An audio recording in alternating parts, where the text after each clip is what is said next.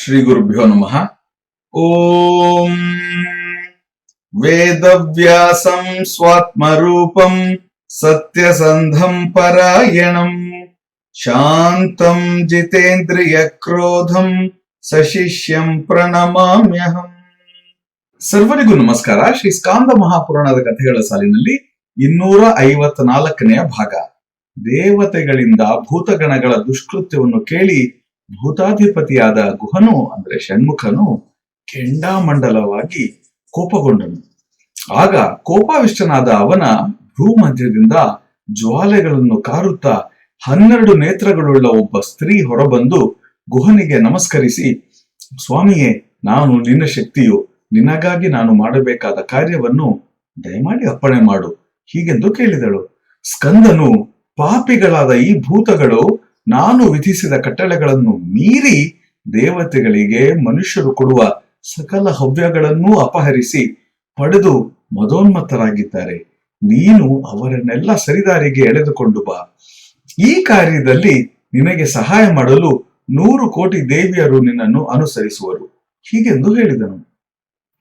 ಹಾಗೇ ಆಗಲಿ ಎಂದು ತನ್ನ ಪರಿವಾರದ ದೇವಿಯರೊಂದಿಗೆ ತನ್ನ ವಾಹನ ನವಿಲನ್ನೇರಿ ಹೊರಟ ದೇವಿಯು ಸರೋಜವನಕ್ಕೆ ಬಂದು ಅಲ್ಲಿ ನೆರೆದಿದ್ದ ಭೂತಗಣಗಳನ್ನು ನಾನಾ ಆಯುಧಗಳಿಂದ ಹೊಡೆಯತೊಡಗಿದಳು.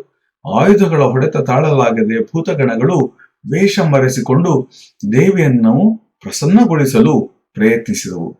ಕೆಲವು ಬ್ರಾಹ್ಮಣ ವೇಷದಲ್ಲಿ, ಕೆಲವು ತಪಸ್ವಿಗಳ ವೇಷದಲ್ಲಿ ದೇವಿಯ ಎದುರು ಅನುನಯದ ಮಾತುಗಳಿಂದ ದೇವಿಯೇ ನಮ್ಮ ಮೇಲೆ ಕರುಣೆ ತೋರು ಎಂದು ನರ್ತಿಸುತ್ತಾ ಪ್ರಾರ್ಥಿಸಲಾರಂಭಿಸಿದರು.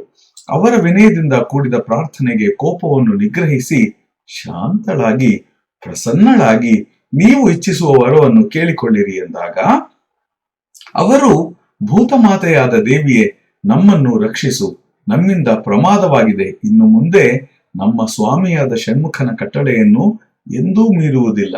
ನಮ್ಮಂತೆಯೇ ಶರಣು ಬಂದವರಿಗೆ, ನಿನ್ನನ್ನು ಸಂತೋಷಗೊಳಿಸುವವರಿಗೆ ಅವರು ಬೇಡುವ ವರವನ್ನು ಕೊಡುವವಳಾಗು ಎಂದು ಬೇಡಿಕೊಂಡರು.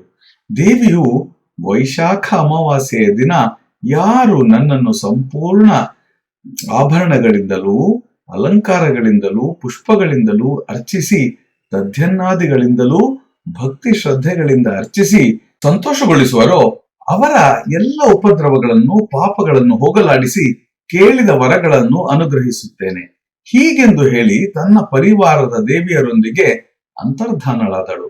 ನಾರದರು ಅರ್ಜುನನಿಗೆ, ಇಂತಹ ಮಹಾಮಹಿಮೆಯ ಗುಹಾಶಕ್ತಿ ದೇವಿಯು ನನ್ನಿಂದ ಇಲ್ಲಿಗೆ ಕರೆತಲ್ಪಟ್ಟು ಇಲ್ಲಿ ಸನ್ನಿಹಿತಳಾಗಿರುವಳು. ಅವಳನ್ನು ಆರಾಧಿಸುವವರಿಗೆ ಸಕಲಾಭೀಷ್ಟಗಳನ್ನು ಕೊಟ್ಟು ಎಲ್ಲ ಅರಿಷ್ಟಗಳಿಂದಲೂ ಮುಕ್ತರನ್ನಾಗಿ ಮಾಡುವಳು.